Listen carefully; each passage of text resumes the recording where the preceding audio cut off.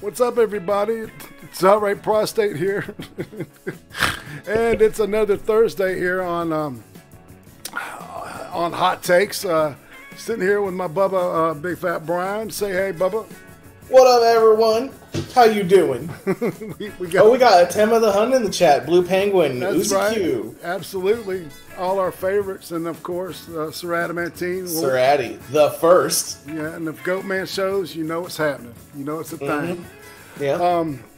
And yeah, I just want to say hey to everybody. This week, we do what this deal is this hot takes is we take every week and we look at a piece of video, usually off of YouTube. I mean, usually off of Netflix. YouTube. Well, we're not plebes. Come on now. Yeah, this ain't no response channel. Yeah, I was going to say I'm going to do a response video to some shit to Guy Pearce. Yeah, and we look at movies. The first week, like this week, we look at a movie. The second week, we look at anime. The third week, we look at Netflix original programming. And then the fourth week, we look at true crime, usually documentary type crime dramas or docudramas. And of course, so we're staying within our rhythm. Our cycle is good. The pills Our are working. circadian, if you will. Yes. How you been doing, man? Did you have a good day? I did. I've been working on the house. Cleaning up the kitchen, been painting the walls, and just sort of getting things ready to go. Did you do anything else? I probably told you, and I'm blanking now. I'm terrible. What else did I tell you? Is your car doing all right? Oh yeah. I just paid for my registration. That's right. All right. Yeah. Anything else? I showed up, and because I go to AAA, and Oh, you still going to the meetings, man? No, I don't walk in there, and I was like, yeah, can I get my 5-year chip? And they were like, no, you register your car here. Yeah, all that setup for that one fucking joke. I know. Thanks, and Steve. I forgot. No, actually, it was so shitty. It's like it was. I think your higher power took it out of your brain for you. Well, that or weed, but you know what I'm saying. No shit. So yeah, we are gathered here today to talk about a movie that came out in 2014, but it's brand new to Netflix, and it's a movie. A couple of weeks ago, we about a month ago, we did a stream with Failure Accomplished, and he wanted us to check out this movie. It was really just a random pick called The Bad Batch. Yeah, and it was a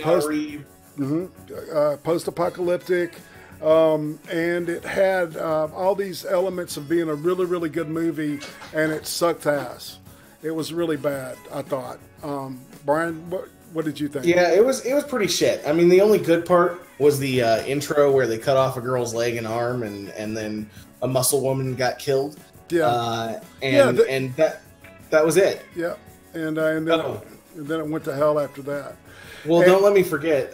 Jim Carrey did play the best role of his career, where he played a homeless crazy man, which he was real good at it. I don't know what happened there. He was pretty good. And I don't think he said a word in the whole thing, did he? He that's a good question. I don't remember. That's how shitty the movie was. Exactly. And when we were reviewing that, I was saying that it was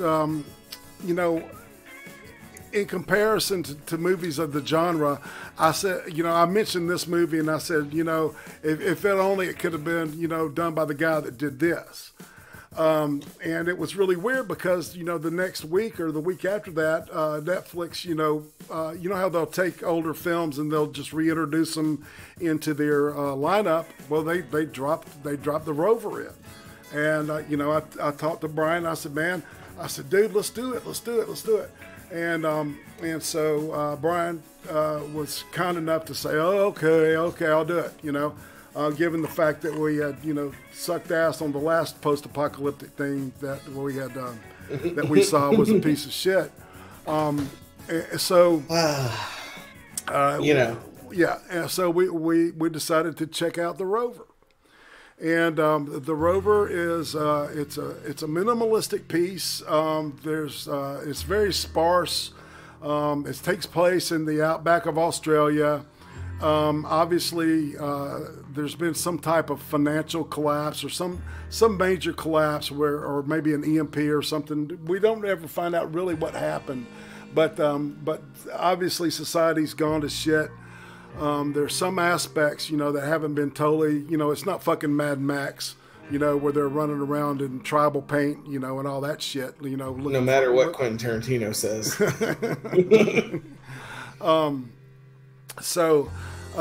And the main characters in this movie are Guy Pearce. He plays the main character, Eric, who we'll get into in a second.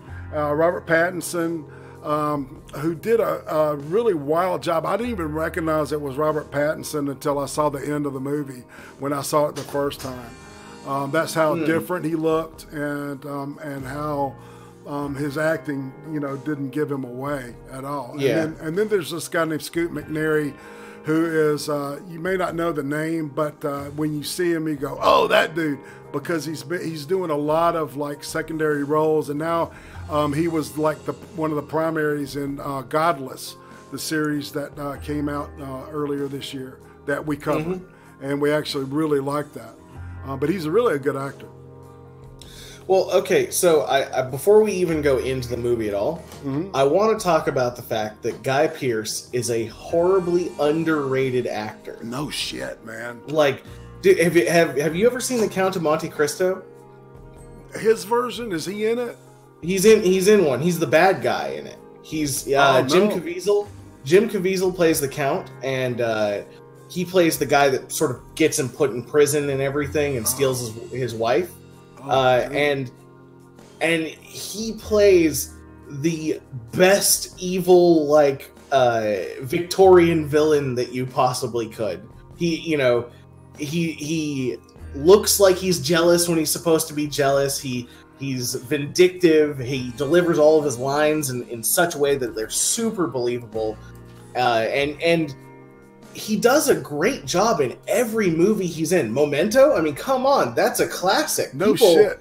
People around the world have seen that. You know, it's like it's one of the best movies out there, and they even use it.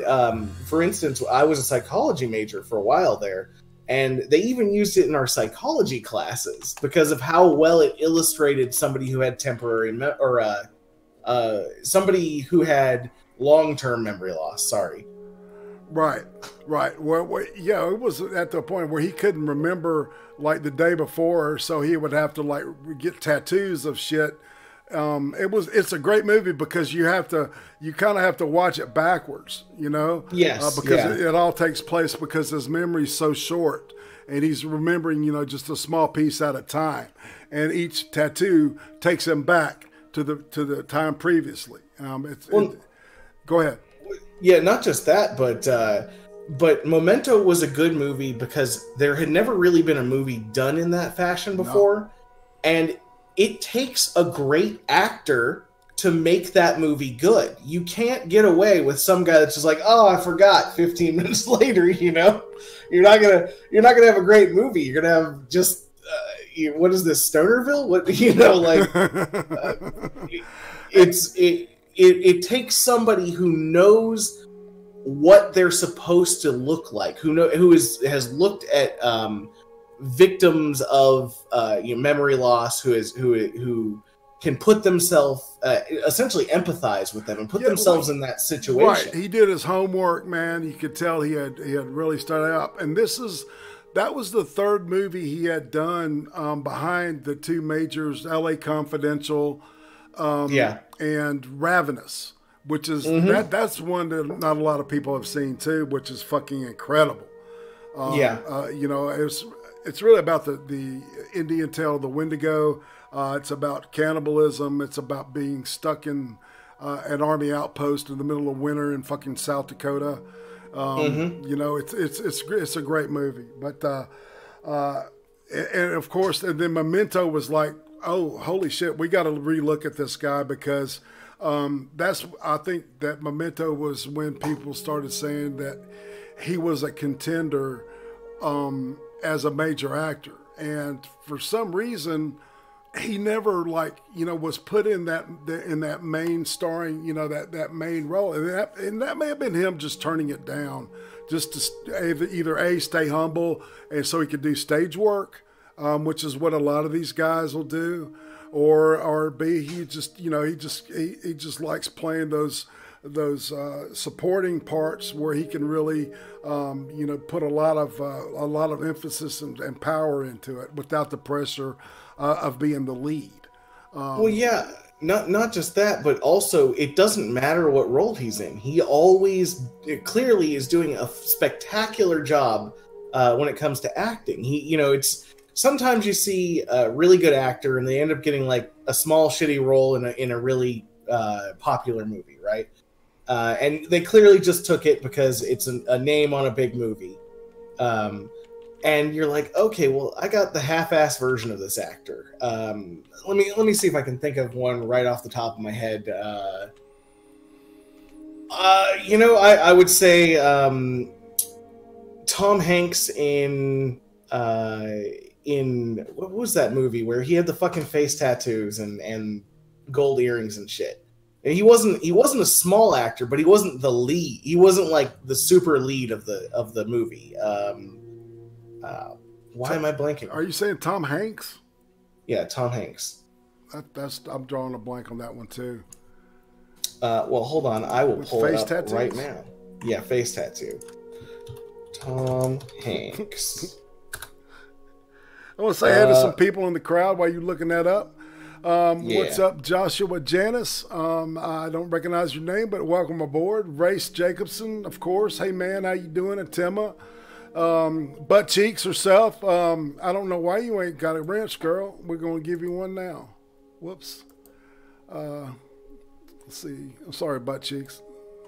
I made a mistake. And now you got a wrench. Let's see. Uzi Q. You really need to stop stalking me, honey. Okay, just move on. And that's the names that I'm seeing at the moment. But welcome everybody, and I'm glad y'all are hanging out. And if I didn't say your name, my apologies. Throw it up there and call me a dickwad, okay? And I'll be glad to acknowledge you. So, did you find the movie that you were? You know, I didn't. All I remember about the movie is it went through different times, and they were talking about the true. But that sounds like something, yeah, like the Flight of the Navigator or something like that. It's beside the point. We sound like stoners. I know, right? It's pretty bad. But yeah. So basically, you know, when he's got a really small role, it doesn't really seem like he's putting in that much effort compared to Guy Pearce, who it doesn't matter what role he's in. He clearly puts in a top-notch effort. Dude, he gets into it. You can tell. I love the way the movie opens. You know, it's like it just shows him through this slice of life. Cloud Atlas. Sorry. That's what it was. Thank you. Yeah. All right. Whoever said it, thanks. Thanks, Soraya for rightfully calling me out as a dickwad because I did not mention him. Hello, my friend. We mentioned Addy. What are you guys talking about? Okay. Anyway, let's move on. So yeah, the way the movie opens is great. It's it opens up. It's obviously, you know, just a really shitty place. It could be anywhere. It's just a really nasty old dive bar. And you know, he washes his hands and his face, and he goes and sits at the bar. And while he's having a drink, right behind him in the open window, you see this like car like skid and wreck and roll over, and it's almost like a cartoonish kind of thing, which I think is an interesting way that the I think that the director was disarming us, okay?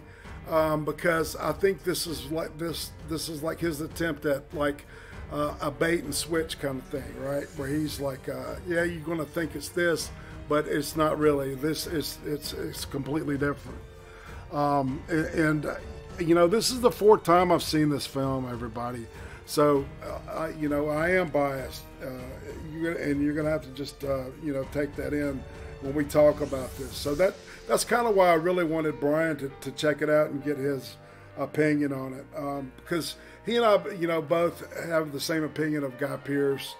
He's a fantastic actor, even in stuff like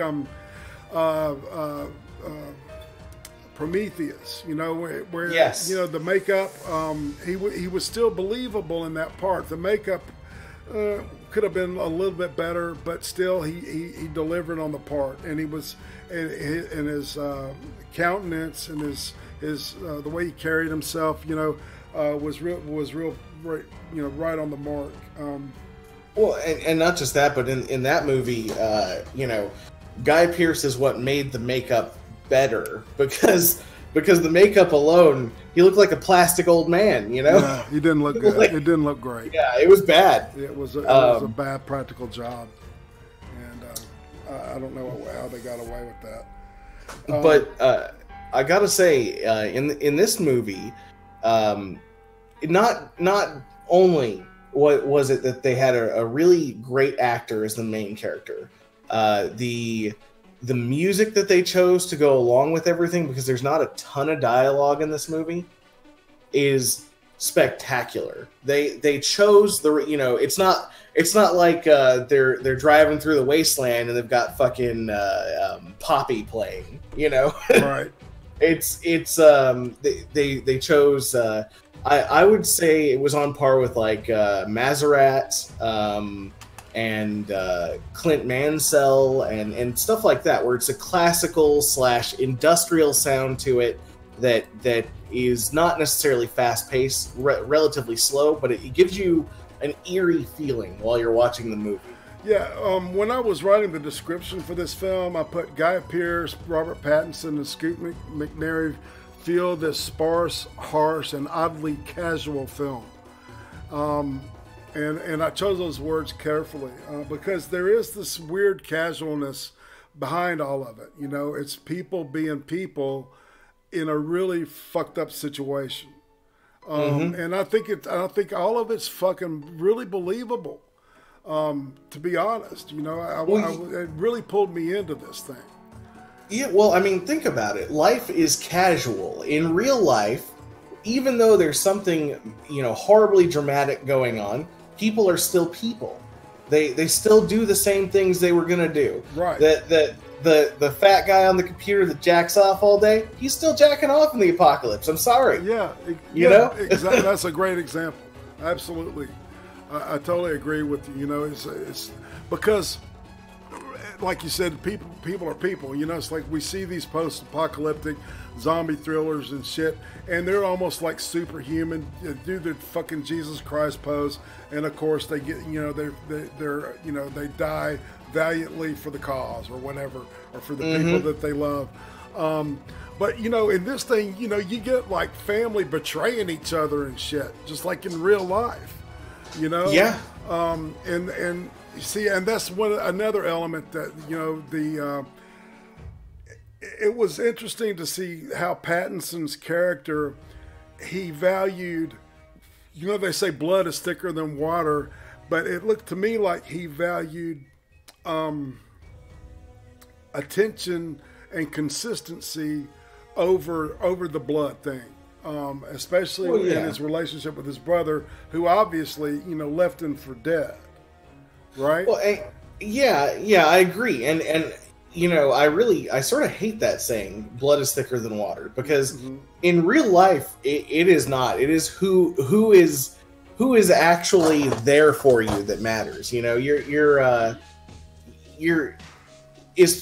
not. You can have a blood sibling or a blood relative, and it doesn't matter.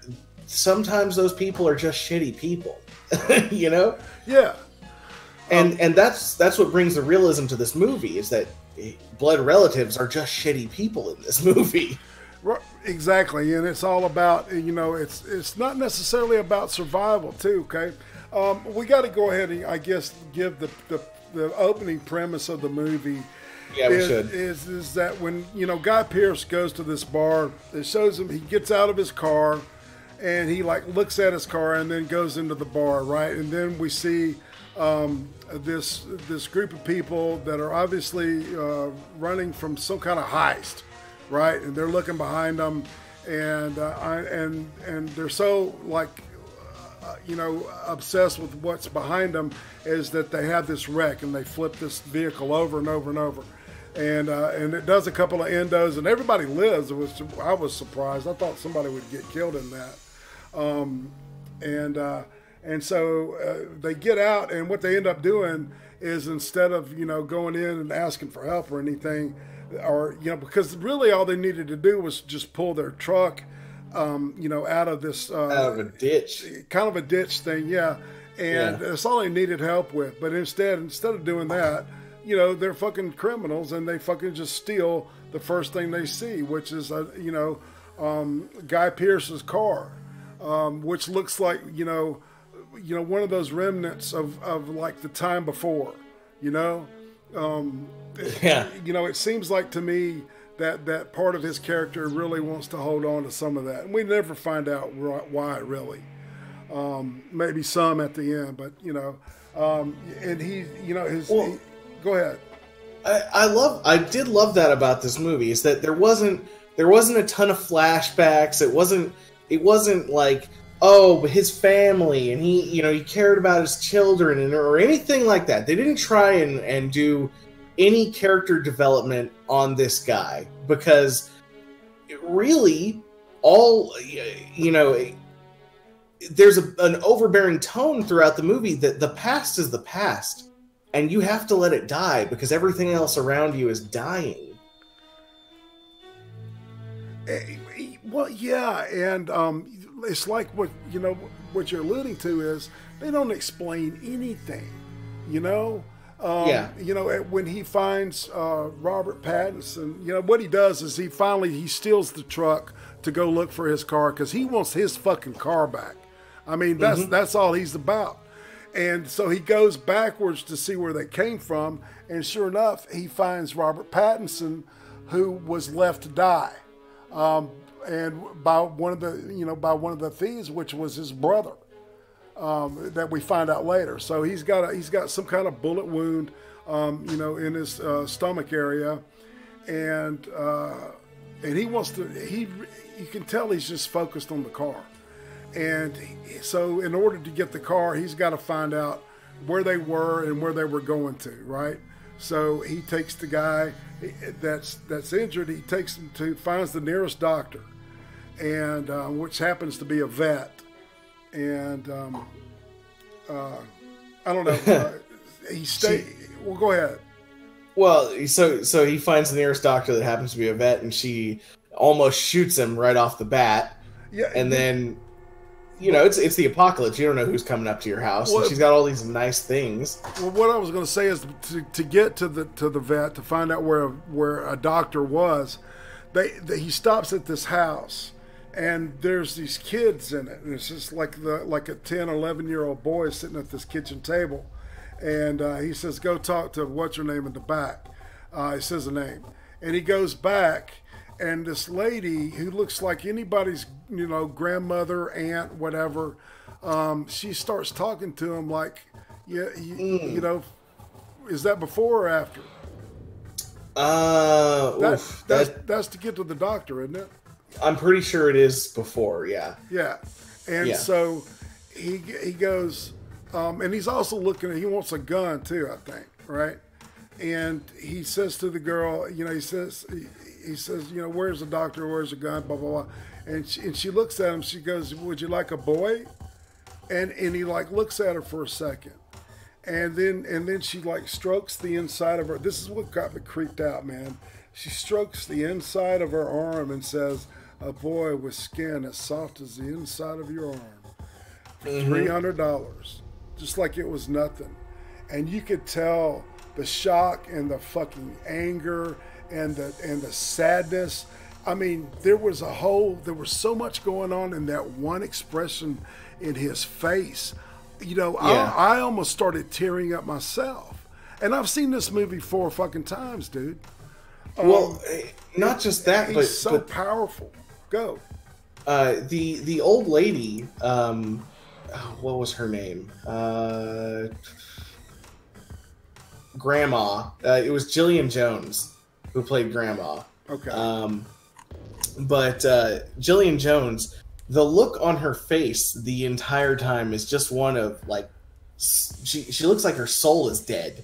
Yeah. You know? Yeah. Like, this is all we have. This is life now. Right. You know, so you have to deal with it. And I'm going to advertise it to you because this is the way things are now, and there's no going back. Right. And, you know? And it gets to a point of where, you know, he points a gun in her face, and she just looks at him and just, you know, just puts her hand on the side of the gun and pushes it aside, and she says, "No, you don't want any of that here, now, do you?" Because she can see what's in his mind and what he's got weighing in his heart and his soul, and she's telling him, "You don't want any more of that on you, do you?" She reads him like a book, and that's where more of that fucking power comes from. It's like, holy shit. And then there's the scene where he gets the gun, and the fucking angry dwarf and shit. So there's all kinds of, it's almost like this weird, twisted circus type thing as this really weird, sparse film, kind of unfolds, right? Yeah. And so after, he kills. Let's talk about the dwarf though. Okay. Because the dwarf has this like classic little man syndrome where he's trying to act like a badass, and then he goes and he grabs the guns that he's trying to sell, and he shows the main character, and of course the main character just shoots him in the fucking head and takes his guns, because I mean, the guy was a piece of shit to start with. Like, you could just tell that all he does is try and hold things over people, and he's just not a good person. And the main character of the Rover, or Guy Pearce, well, to me it seemed like almost like poetic justice right there, because he for what I got from that was that he doesn't consider himself a good person, but he considers the act of what he was doing to be a good thing for the area. Right. Oh, yeah. Yeah.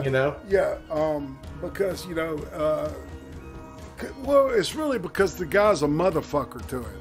You know, because he's got enough money, but it's not the right kind of currency, right? It's not U.S. currency. And he sticks to that, and he just says, "Fuck you," and kills the guy, and then just walks out. And you're right. He actually, he's done the world a favor. Yes. But that comes back to bite him later, the day after the vet has helped him, by sewing the guy up. You see the people that were with him show up.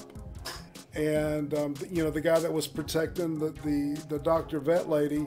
And this is another interesting thing that you never understand, you're never told why this guy is such a good shot. But the people that are coming to look for him, they kill the guy that was protecting the doctor. And from, I think, a distance of about 250 yards, he kills 2 people sitting in a van, and then a third guy, center mass, perfect shots, all 3 of them, boom, boom, boom, all 3 of them dead. And and the guy just looks at him like, holy shit, and he implies, he said, you must have been in the military or something. You never find out, and it's stuff like that. I don't know. It was. As I'm seeing these slides of the movie go by, I'm being reminded of, just how incredibly. Well, it's a beautiful way of storytelling because yeah, exactly. It's unfolding. It's just this and then this, you know, and it's just like it just keeps rolling along. It's almost like you're Sisyphus, you know, and you're pushing this ball of just burden continually up the hill, and with each push, you know, you see something new. You know, and I think that's what, you know, a good movie will drag you into it and make you do some of the work, you know? Exactly. It really, it makes you wonder about the main character is the biggest point here, is that you are invested in him because you need to know why he is doing these things. And, you know, you throughout the story, the guy essentially shapes himself as both a ruthless killer and this person who sort of has a loose sense of justice without saying that he has a loose sense of justice, you know? He almost a righteous person. Like, he's just disgusted with what the world is at that point, how far mankind has fallen, you know? Especially the scene where, you know, he's talking to the Australian, what is it, military or police officer? Yeah, no. They're military, and they're obviously, their job is to find certain people and then send them back, because what they're usually doing is just killing people. They're running around. I mean, they're literally licensed to kill. But they save this dude, which makes me think he is like an army or Marine that's deserted or just left his post and said, you know, fuck it. Reality has abandoned me. You know, why shouldn't I abandon my post? You know. Well, and it's literally in what he says to the military guy, where he's like, "Yeah, that's the old ways. The old ways are over now."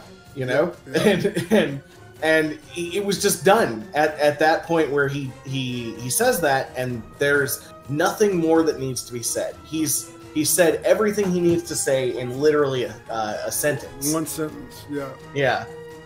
And you know, it's awesome, you know, his quotes. He reminds me of, you remember, did you ever see True Detective, the first season with Matthew McConaughey? And the character Matthew McConaughey played was so fucking nihilistic in his view. Humanity is just just a happenstance that needed to just go ahead and walk itself into extinction.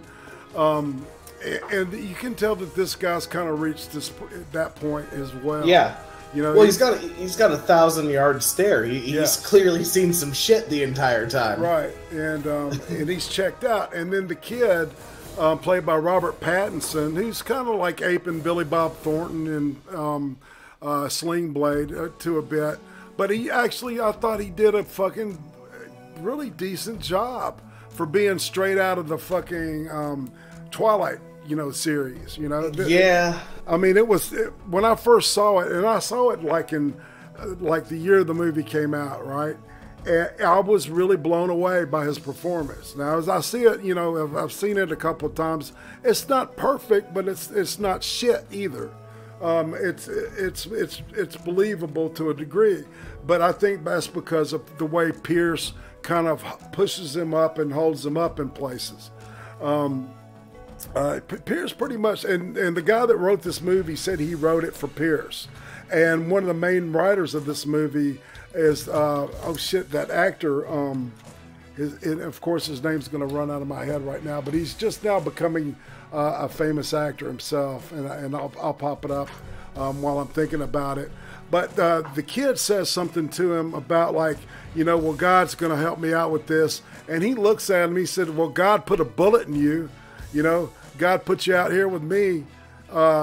You know, look at what God's really doing for you. You know, it was a real, but he says it in a real slow and, you know, deliberate way to where, you know, it's meant to really just stab the dude, because God has fucked him.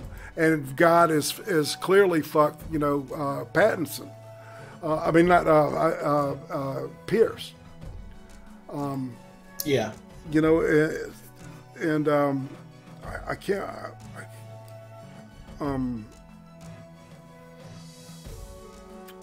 So you know, the whole time that him and his brother are in the car, right? Or, well, sorry, not him and his brother. Him, Guy Pearce and why am I blanking on his Pattinson? name? Yeah, Pattinson. Yes. Yeah. They're in the car. They're sort of like, you know, half-ass talking to each other, and you know, Guy Pearce brings up the point. You know, they left you for dead. They could have taken you with them, but they left you. Right. They could have taken you even if you were dead to bury you. Exactly. You know, which, you know, wouldn't have taken a lot of, even if you're running away from, you know, an electrified situation, you know, that's the military way. Yeah, well, it's not like he's 300 pounds either, you know. Yeah, you could have just... The screenplay was written for Guy Pearce by a guy named Joel Edgerton, who's an actor now, and it's based on a story by the director. And both of them had Pierce in mind when they wrote this thing.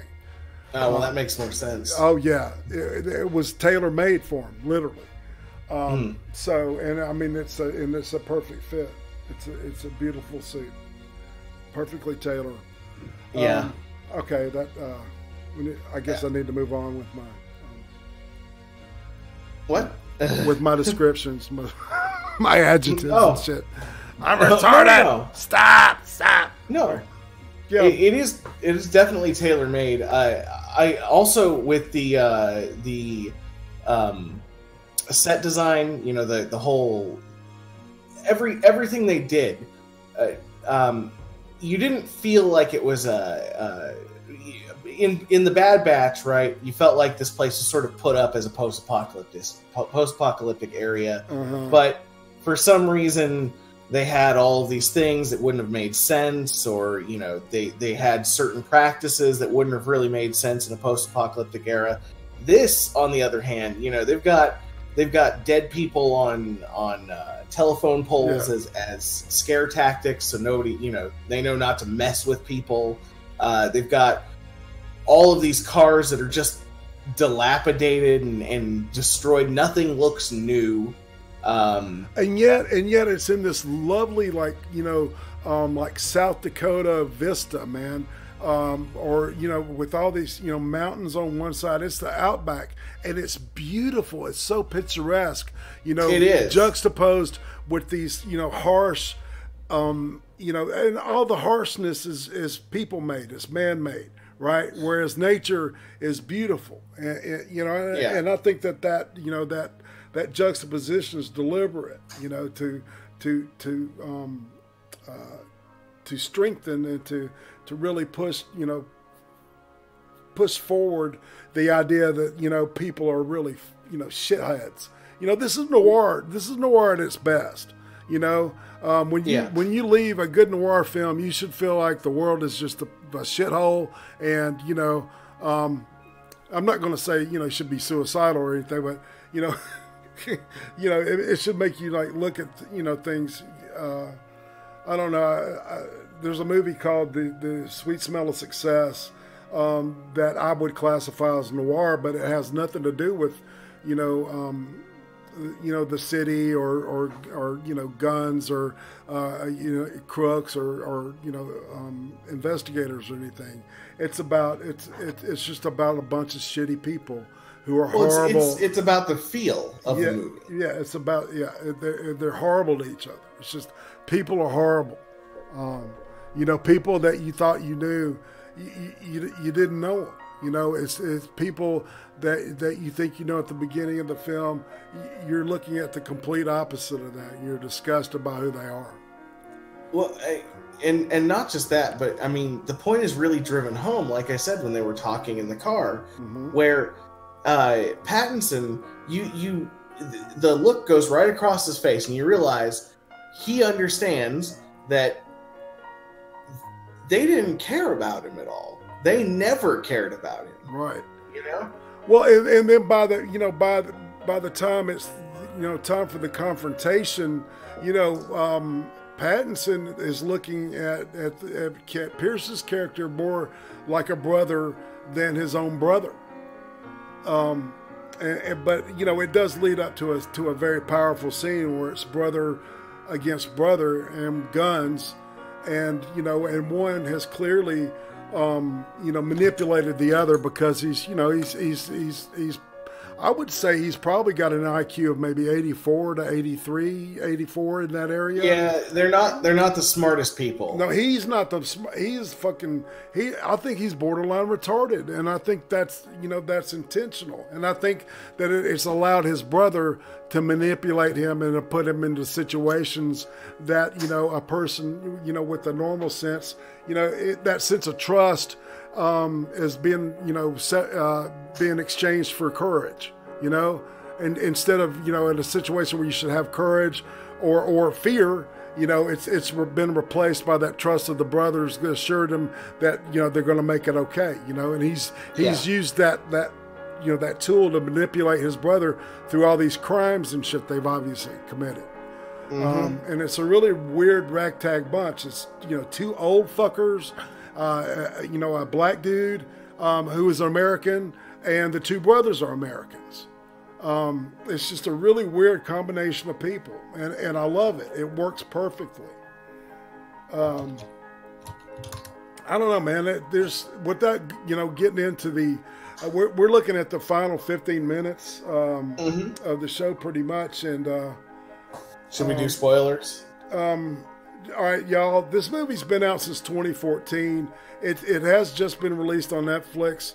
Even if we do spoil it, and I'm really thinking strongly that maybe I don't know. I still recommend you see it. We don't have to spoil it. I think we can. I think there's plenty of movie here to talk about. I don't want to spoil it. I think that it's one of those that if you see this movie and you really think it's a piece of shit and you honestly in your heart really hate it, but if you're not into film noir, then don't see it, all right? Because that's not the deal I'm making. If you've really got a good love for really good film noir films, and you see this movie and you hate it and you don't like it, you DM me and I'll talk with you about how I can make this right for you. All right. Well, okay. I do want to say I'm willing to put my reputation on the line for this shit. Yeah. I do want to say that this movie succeeds in an aspect that most movies do not, and that's subtlety. Mm-hmm. Subtlety is an art. You have to be good at it. It has to be done right in order for it to come across in the way that you're trying to convey a message. And it has to be done with proper foreshadowing, and there is a ton of foreshadowing throughout the movie that is spectacular. It doesn't give things away, but it makes sense at the end of the movie. It also,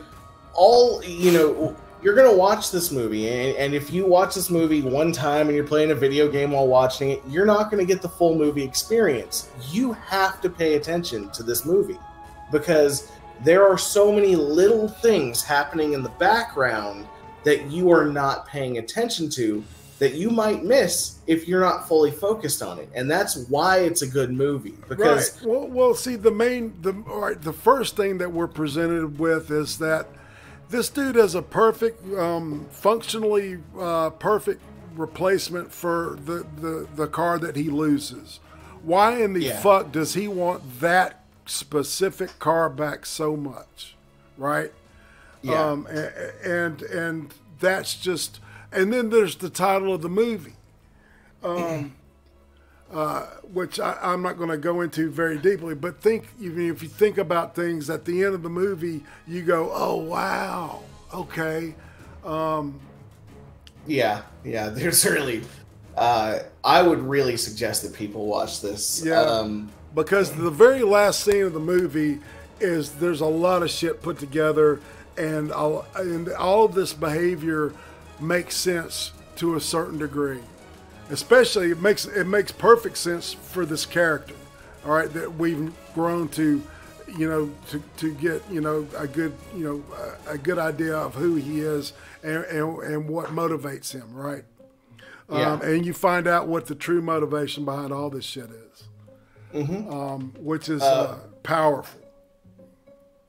With that said, I wanted to go over some of the thing, like the behind the scenes things, like the budget for this film. Okay. Which was $8.5 million. The opening weekend, it only got $69,302, and that's because it was limited release.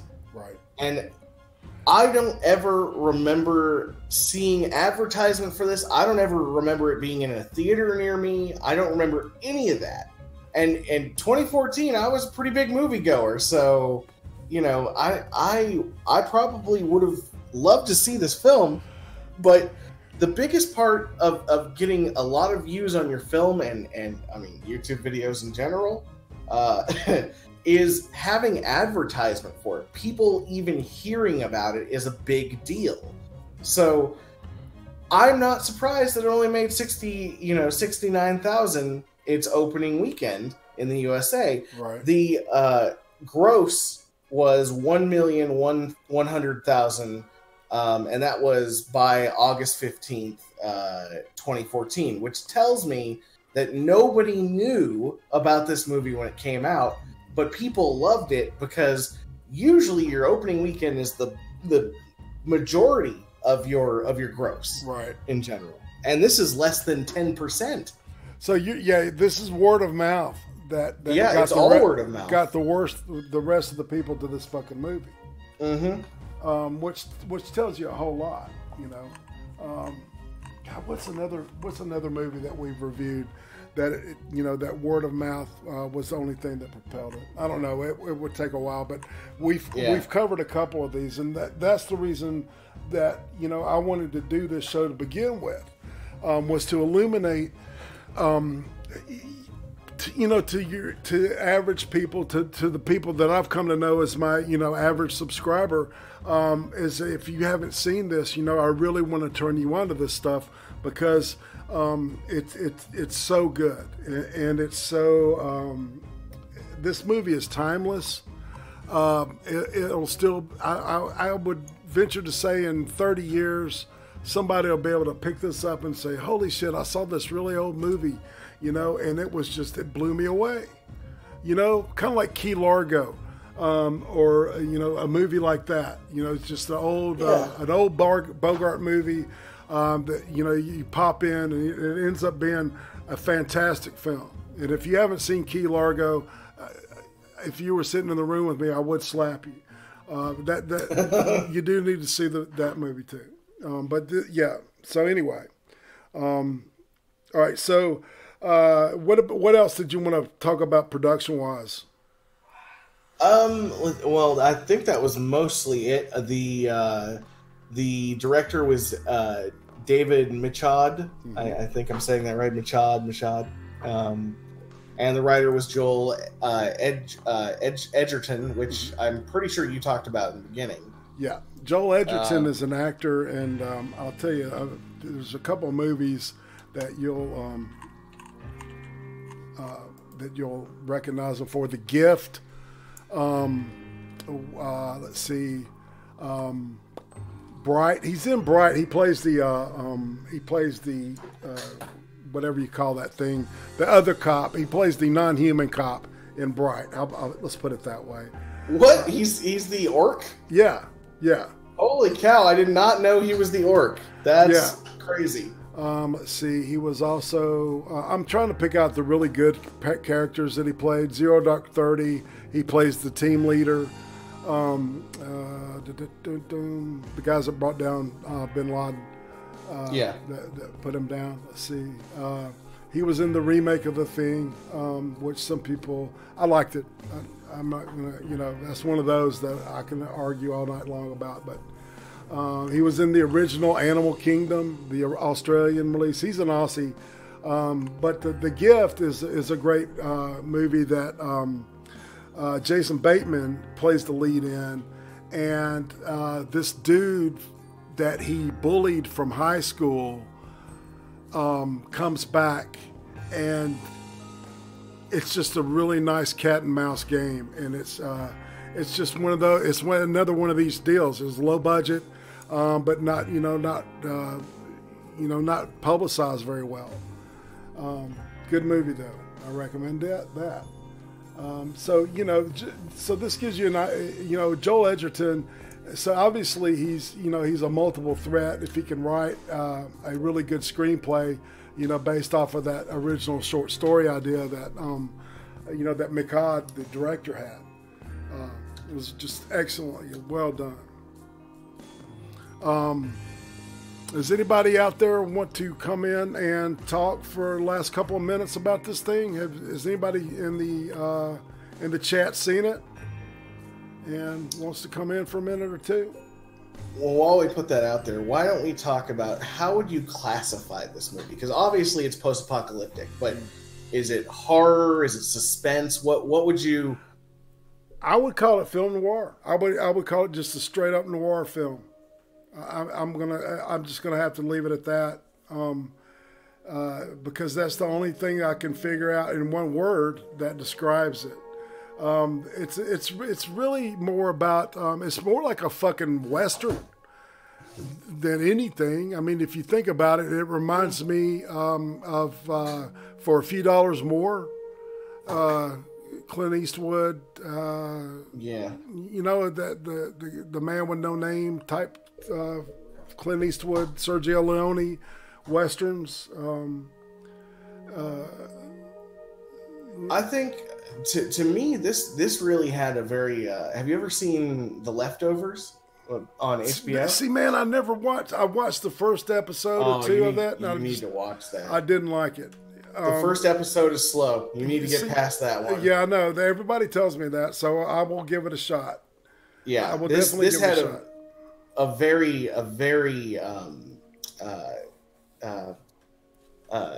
why am I blinking all of a sudden? I'm terrible. Christopher Eccleston plays the main character in that, right? Yes, he does. This had a very Leftovers feel, and I would call this a post-apocalyptic tragedy. Mm-hmm. Absolutely, it's tragic. Yeah, and that's a really, it's hard to make a good tragedy. And not a lot of people do it because tragedies are not as popular as what the mainstream out there would have you watch. Well, and you're talking in the Greek sense of tragedy definition, yes. Right? Yeah. Absolutely. But isn't that what noir did? Didn't noir kind of like take the place of that? I don't know. When I think noir, I think black and white. I think specific like grainy film textures and stuff like that. Yeah. So personally, I feel like this was more of a tragedy. Yeah, this was definitely brighter than your typical noir. Noirs do tend to be dark. And that's the style. I'm talking more like the interaction. So anyway, I see exactly what you're saying. It is a fantastic tragedy, and it's really you don't like anybody, but to be honest, you kind of feel empathy for them. That's what I felt, to be honest. Especially the main character, man. He was, you could tell that this fucker had been wrecked. Something really wrecked his ass. And it wasn't. And it had. I don't think anything had to do with the fucking collapse of society. I don't think any of that had anything to do with it. I don't think so either. I think he was ruined, and then society collapsed, or someone. Right? Exactly. Yeah. Exactly. It was just because he talks about that he killed his wife, and I don't know if he was being honest or not, but he caught a man fingering his wife. And he killed them both, and then the next day everything fell apart, and it didn't matter. And it didn't matter because he never got caught for it. He was implying that he believed maybe he believes in his head that he's in fucking purgatory paying for that murder over and over again. He's paying by being alive. Yes. Yeah, very much so. I'd forgotten about that story until we just hit on it, because that'll give us, let's explore that for a little bit, because we do have 5 more minutes technically. So he, it is, I would even say that this is his version of hell. It's hell on earth, and just to survive and do get the things he wants out of what the situation is, he has to be an even worse person than he was. Right. Right. And so the character is extremely there's a ton of depth to this character. Well, and I think that's why he doesn't kill that old lady, because she had his number, and then he looks at her and he's like, she's in hell with me. Yep. That's why he doesn't kill her, because he knows that, and that's why he does kill the dwarf, because the dude's obviously doing fine in this world. And if you're all in hell and this guy's still being an asshole, fuck him. Well, exactly. That's the point. Is that the whole point of this is that we're all supposed to be suffering in here. That's the way he sees it, right? Mm-hmm. Is that suffering is what the new reality is, and that if you're not suffering like she is or like he is, maybe you don't need to be alive. Yeah, maybe. And wow, that just. I've seen this fucking movie 4 times, and that just hit me. God, I'm slow. I'm slow as fuck. I don't. It probably hit me before, but that whole story. It was always weird to me, because I didn't know if he was lying, just to shoot shit with that dude, or trying to touch base with the soldier, and maybe trying to find like a piece of empathy in him, manipulate him, But I don't think that's it at all. I think he's finally he gets to confess his sins, and he's going to be, he's confessed his sins to this guy, and now he's finally going to get the justice that he's deserved to get for this 10 years, right? And then of course what happens? The guy gets his brains blown out, and you just see the air go out of this dude's tires again. Yeah, like he felt like I can't even confess. He can't even die right. Exactly. Well, not just that, but I mean, imagine that, because he brings the story up that's 10 years old, and he feels guilt about this. So he's not some random psychopath running around shooting people. No, right? This is weighed on him heavily for 10 fucking years. And he finally gets what he thinks is relief, essentially. He's probably going to end up getting hung or shot or, put in jail for the rest of his life. And sure enough, his chance at atonement is destroyed by Patton right off the bat. Right.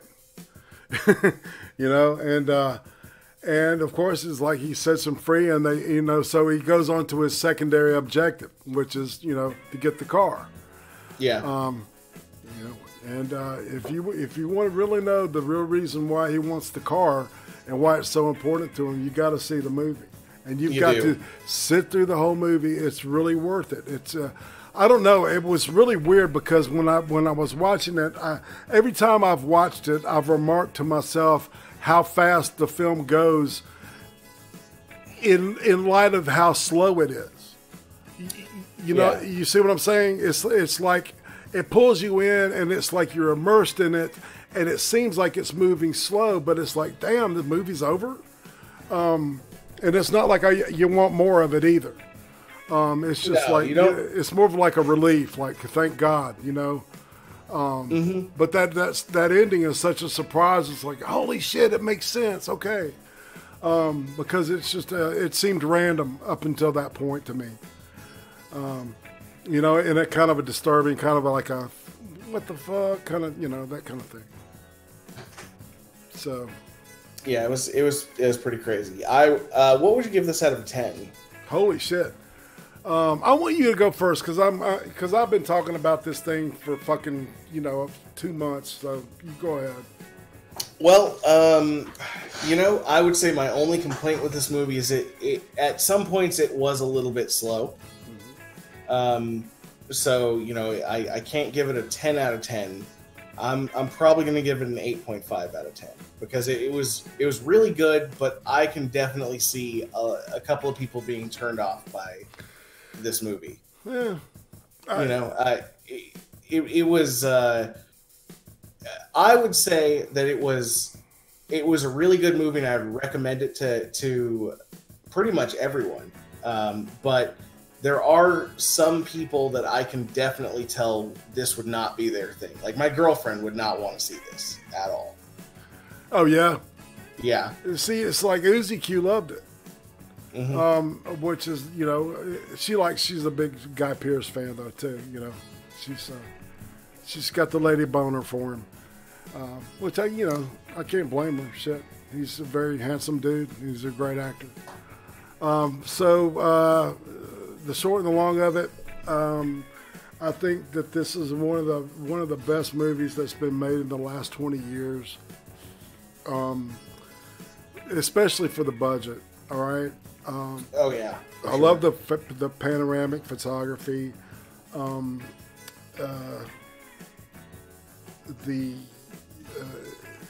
It's just the futility and the casualness, like I put in the description. That casualness just kind of always fascinated me. So out of on a scale of 10, I'm giving this thing about a 9.3 to 5. Okay, yeah, I can see that. In a good mood of a 9.5.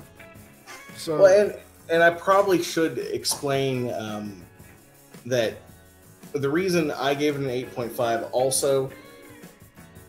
What's that noise? What noise? Oh, that's weird. Some noise in the background here. But the reason I gave it an 8.5 out of 10, also, a lot of this is going to go over a lot of people's heads. It's... But, I think the end will bring it. I think that's what the end, though, it universally connects everybody. That's the one thing, because I think everybody in there, in the theater, no matter where they're from or who they are, they all understand at least the motivation for the car. Which is a big payoff for the show, for the movie. But if you see it on a superficial level, Exactly. I could also see a lot of people watching this movie and not really understanding it even at the end, because they didn't take the time to focus on it and really see where the subtleties of the character development of the main character. And so I could see that some people just wouldn't get this movie. Yep.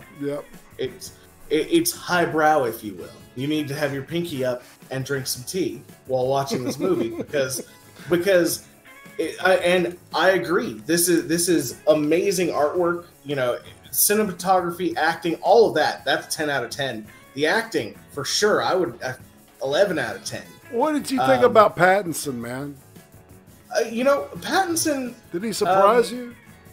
He surprised me a little bit, but his role is not as big as, well, obviously Guy Pearce's, and he's in this movie. I feel like he's a device rather than a character. Maybe, he is the thing that allows Guy Pearce to keep doing what he's doing.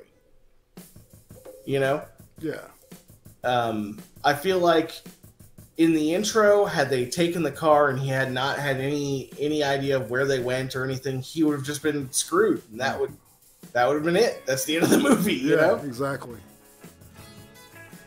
So yeah, that's why I gave it an 8.5 instead of a 9.5 or anything.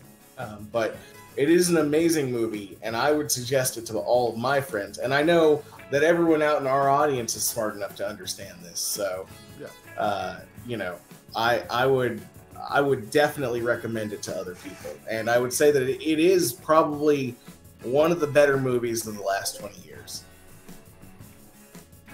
Well, all right. And on that note, I guess we need to promo next week's deal. We're going to, it's Anime Week. And where we'll be looking at part 2 of the Gojira manga. Gojira! Anime, not manga. Sorry.